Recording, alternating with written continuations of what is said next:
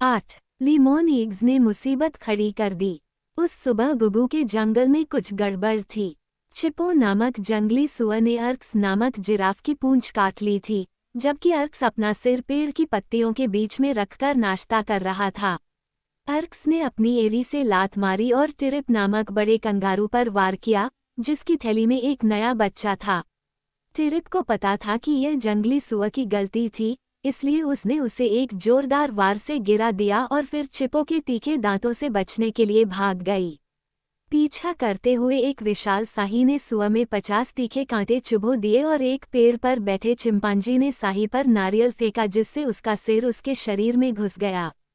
ये सब जंगल के नियमों के विरुद्ध था, और जब उत्तेजना समाप्त हो गई तो तेंदुआ राजा गुगू ने अपने शाही सलाहकारों को बुलाया ताकि यह निर्णय लिया जा सके कि अपराधियों को किस प्रकार दंडित किया जाए। जंगल के 4 राजा एक छोटे से मैदान में गंभीर परिषद कर रहे थे। तभी उन्होंने 2 अजीब जानवरों को अपनी ओर आते देखा, ऐसे जानवर जिन्हें उन्होंने पहले कभी नहीं देखा था। हालांकि चारों में से किसी ने भी अपनी गरिमा को कम नहीं किया या किसी हरकत से यह नहीं दिखाया कि वह चौंक गया है। बड़ा तेंदुआ एक गिरे हुए पेड़ के तने पर पूरी लंबाई में दुबका हुआ था। ब्रू द बियर राजा के सामने अपने घुटनों पर बैठा था। रंगो द ग्रेप अपनी मांसल भुजाओं को मोड़े हुए खड़ा था, और लू द यूनिकॉर्न अपने साथी पार्षदों के बीच में घोड़े की तरह झुका हुआ था। एकमत होकर वे चुप रहे और अपने जंगल के क्षेत्र में घुसने वाले घुसपैठियों को स्थिर निगाहों से देखते रहे। आपका स्वागत है भाइयों, एक अजीब जानवर ने कहा और समूह के पास आकर रुक गया, जबकि उसका साथी झिझकते हुए पीछे रह गया। हम भाई नहीं हैं, भूरे बंदर ने सख्ती से कहा। तुम कौन हो और गुगू के जंगल में कैसे आए? हम 2 लिमोन ईग हैं, रगगेडो ने नाम गढ़ते हुए कहा। हमारा घर स्काई आइलैंड में है और हम जंगल के जानवरों को चेतावनी देने के लिए धरती पर आए हैं कि उसके लोग उन पर युद्ध करने वाले हैं और उन्हें गुलाम बनाने वाले हैं, ताकि वे हमेशा के लिए बोझ ढोने वाले जानवर बन जाएं और केवल अपने 2 पैरों वाले स्वामियों की इच्छा का पालन करें। पशुओं की परिषद से क्रोध की एक धीमी गर्जना उठी। ऐसा कौन करने जा रहा है? लू यूनिकॉर्न ने ऊंची कर्कश आवाज में पूछा और उसी समय अपने पैरों पर खड़ा हो गया। उसके लोग, रगगेडो ने कहा। लेकिन हम क्या करेंगे? यूनिकॉर्न ने पूछा। मैं इसी विषय पर आपसे बात करने आया हूँ। तुम्हें बोलने की जरूरत नहीं है।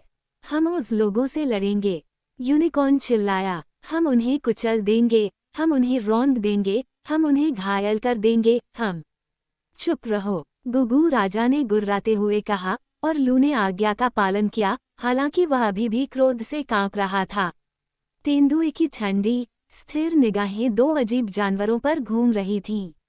उसके लोग, उसने कहा, हमारे दोस्त नहीं रहे हैं, वे हमारे दुश्मन भी नहीं रहे हैं। उन्होंने हमें अकेला छोड़ दिया है और हमने उन्हें अकेला छोड़ दिया है। हमारे बीच युद्ध का कोई कारण नहीं है। उनके पास कोई गुलाम नहीं है। अगर वे हमें जीत लेते हैं तो वे हमें गुलाम के रूप में इस्तेमाल नहीं कर सकते।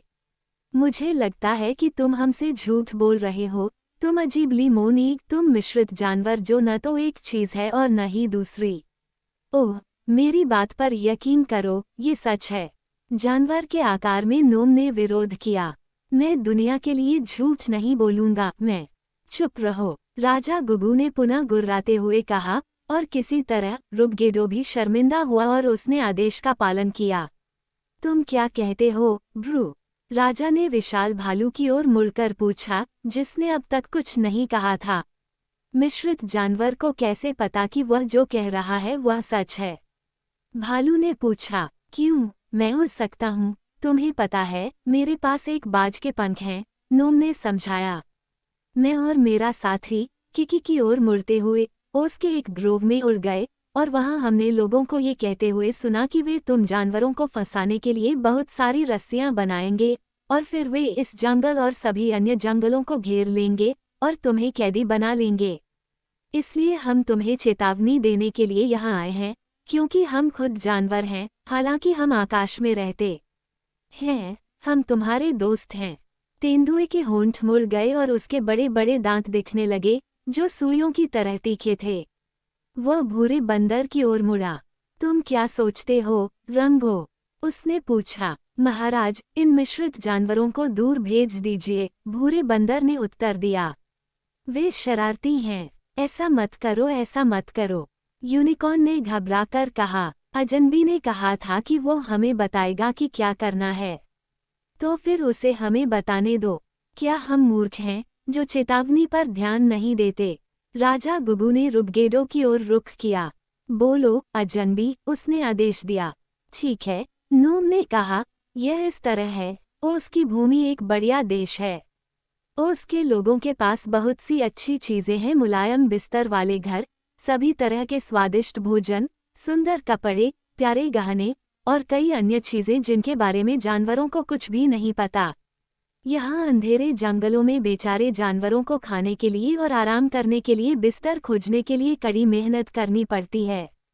लेकिन जानवर लोगों से बेहतर हैं और उन्हें वे सभी अच्छी चीजें क्यों नहीं मिलनी चाहिए जो लोगों के पास हैं।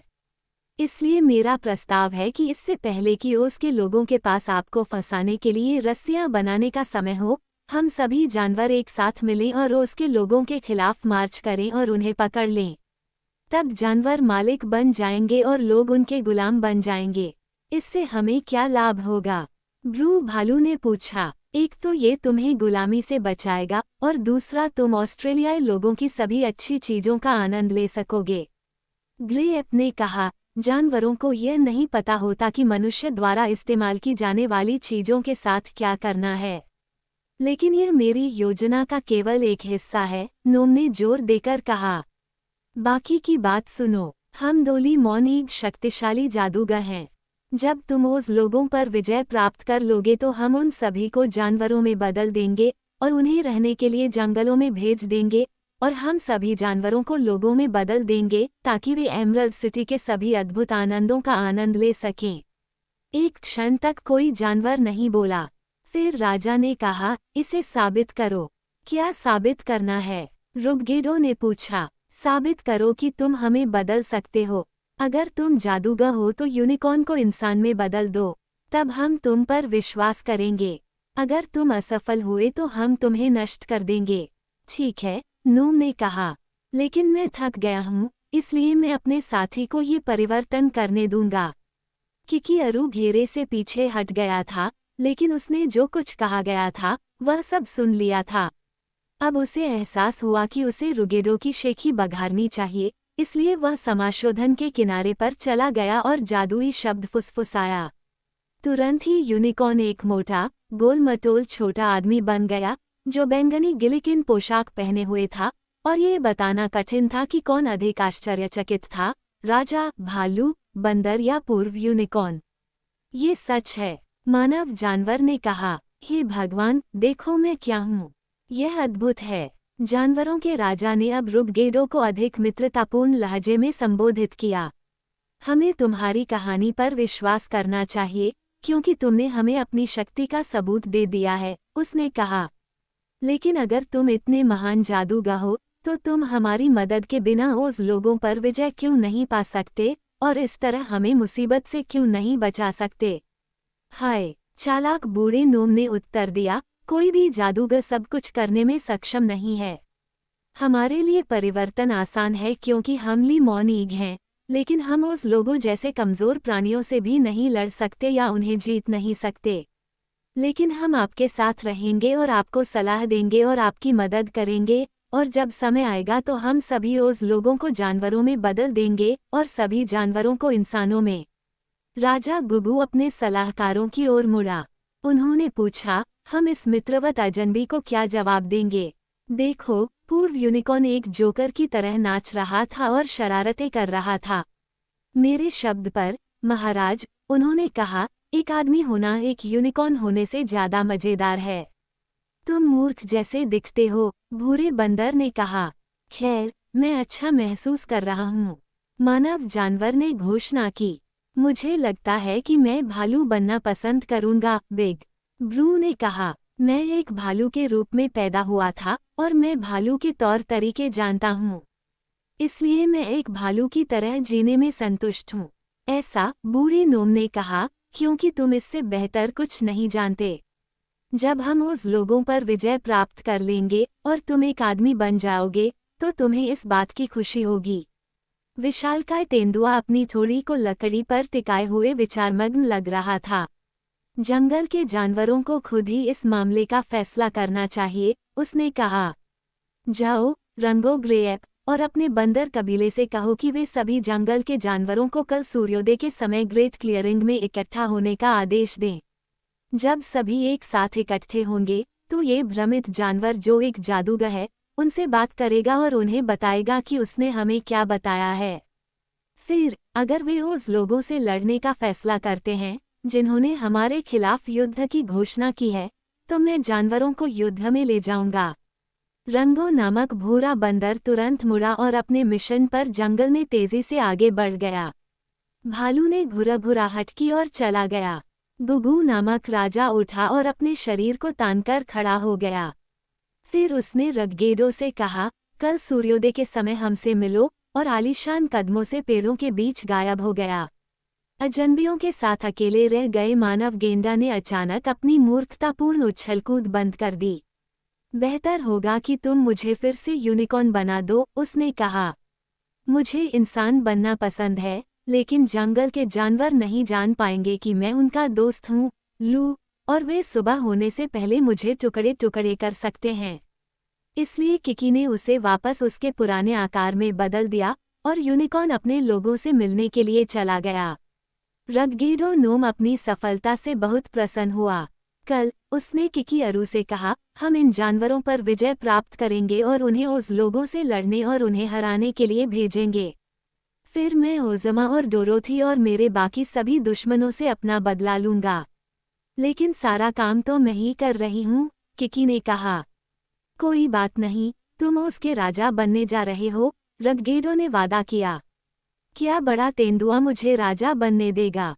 लड़के ने उत्सुकता से पूछा।